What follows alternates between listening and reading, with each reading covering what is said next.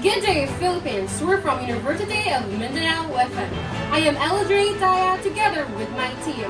We're now reporting the 12th deadliest fire in the Philippines.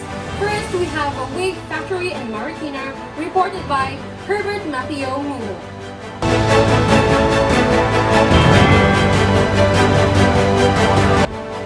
So yes, Taya, reporting from Marikina. This in a wig factory in Marikina. So this incident has been caused a people shock because of the incident. All of this incident is not because of the carelessness of the workers and the owner. Because of them, fire happened in incident 1. Because of the lack of storage room of the wigs and the fact that all the material of the factory is highly flammable material, and they don't have even sprinklers. That's why fire spread so fast, and also they don't have fire exit. That's why workers have been trapped and forced to jump off the building, that caused them heavily injured themselves. And casualties, 42 died while 79 seriously injured. That's very horrible incident in Marikina. Thank you, Matthew, for that report. And now let's proceed to the second deadliest incident in the Philippines, the MV Doña Paz, reported by Matthew.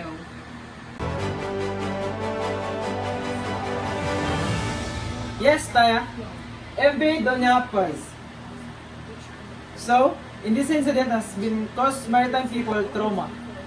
In this incident, there was only one member of the crew watching the bridge, while all other members are drinking beers in the quarter, and the captain was watching movie. Also, some passengers duplicate their tickets. That's why they have overloading, and the crew has a lack of experience in training because they are apprentices.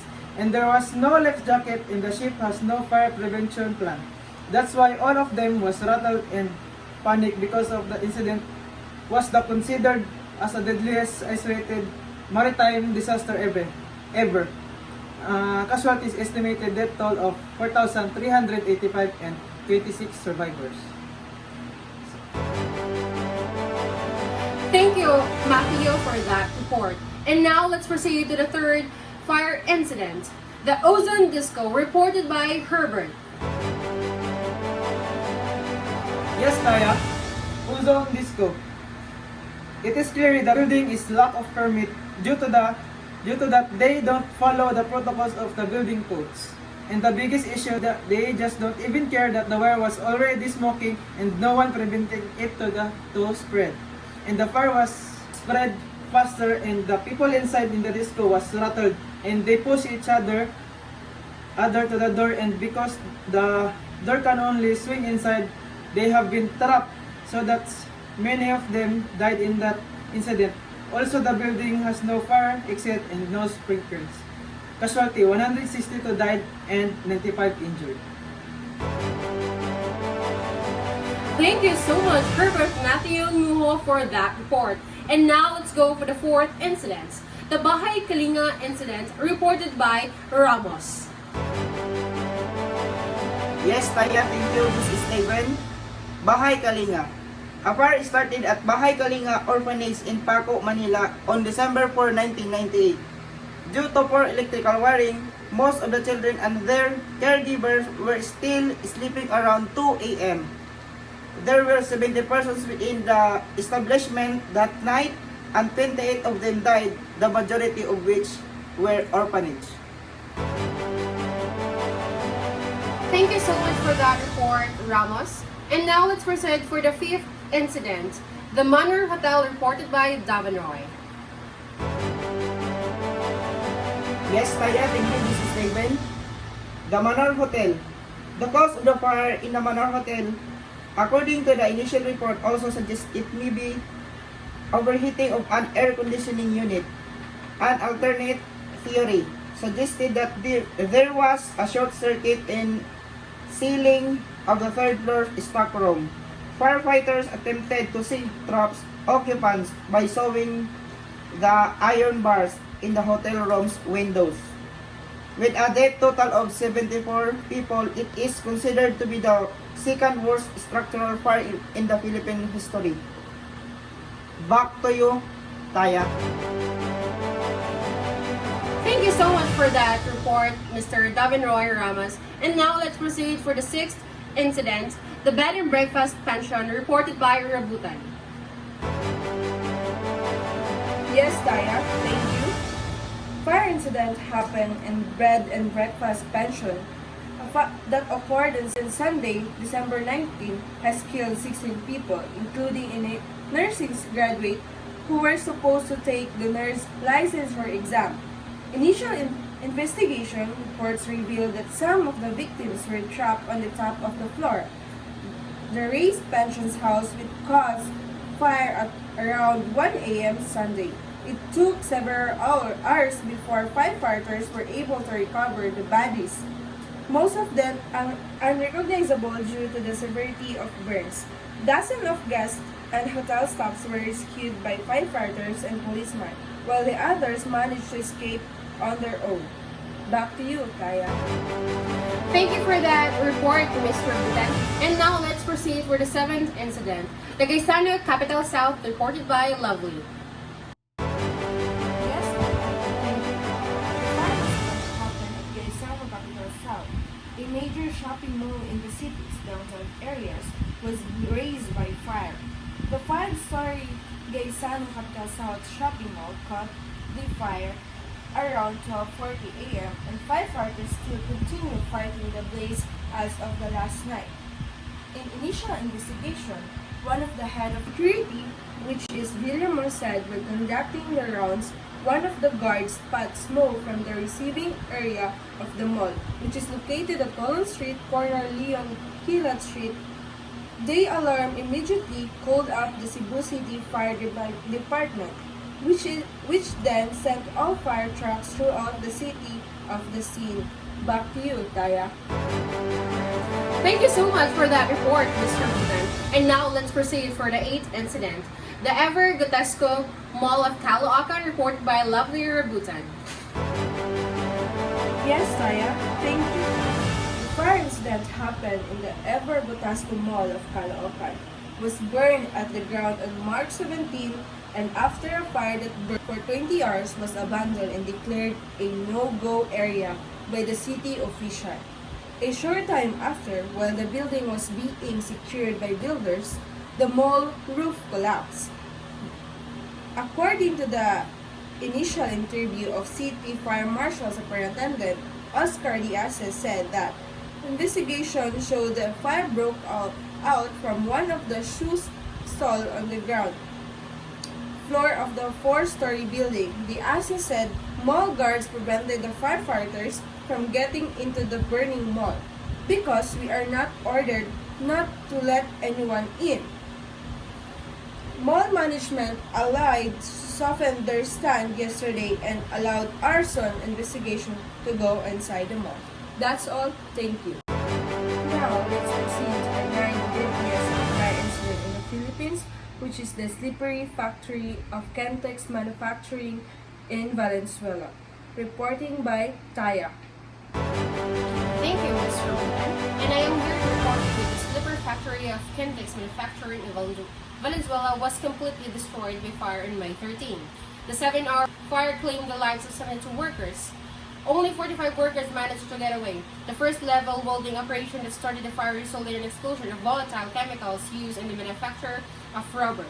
The victims stuck on the second story reportedly tried to escape, but because there is only one door and no fire exit, and because of the thick smoke, it was impossible for them to find any escape routes. The victims were shaking and hammering till they were no longer visible to the witnesses who had seen them trapped in the flames. The House of Representatives and an interagency team which conducted their own inquiry into the fire incident. The investigation led them to the conclusion that incompetence and a lack of fire regulations at the workplace were the most likely causes of the fire, which claimed the lives of 72 individuals. A number of authorizations were required from various organizations, including a business permit from the local government, a fire authorization from the Bureau of Fire Protection, and a certificate of compliance from the Department of Labor and Employment. It should have obtained particular authorization for the welding and started the fire.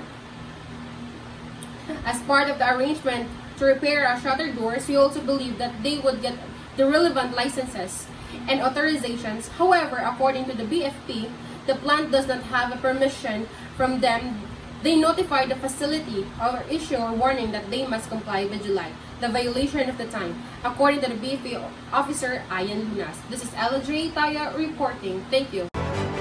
Thank you, Taya.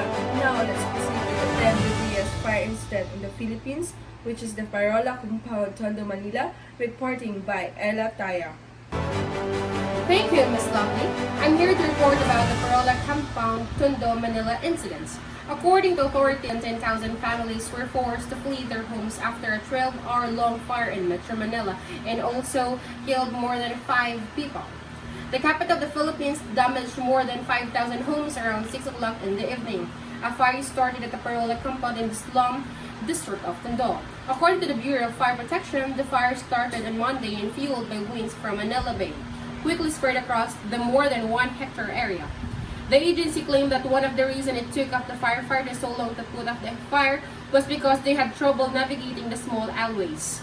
There was an investigation into what started the fire going on. The officials were investigating a potential electrical appliance trip due to poor connection or a culinary accident. This is LJ Taya reporting. Thank you. And now let's proceed to the 11th fire incident. The NCCC Mall of Maa, Davao City, reported by Talingting. Yes, Taya.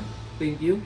This is Richard, and I'm here live fire incident in NCC Marketing Manager Jana Alamutalib said that the fire started at the time of the mall third floor where the textile which is where the material that are flammable and caused the fire to get worse and school supplies and furniture were sold at the time.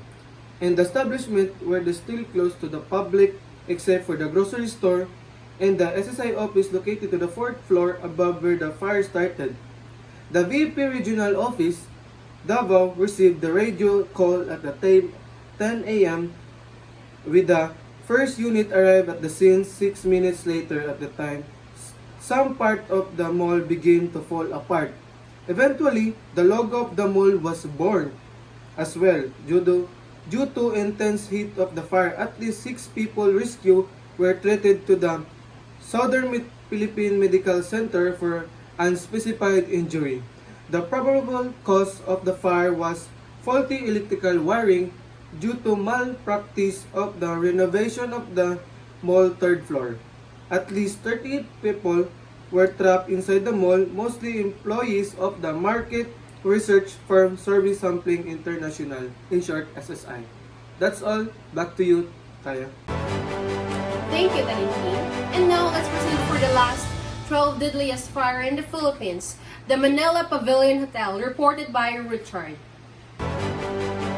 Yes, Taya. Thank you, Richard.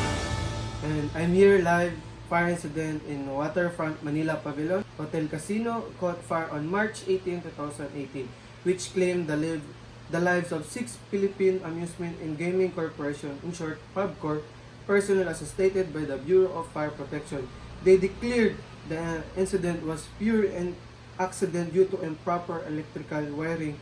The cause of fire was the high temperature electrical discharge of wiring inside the ceiling near slot machine area, which resulted in short circuit following by major electrical ignite.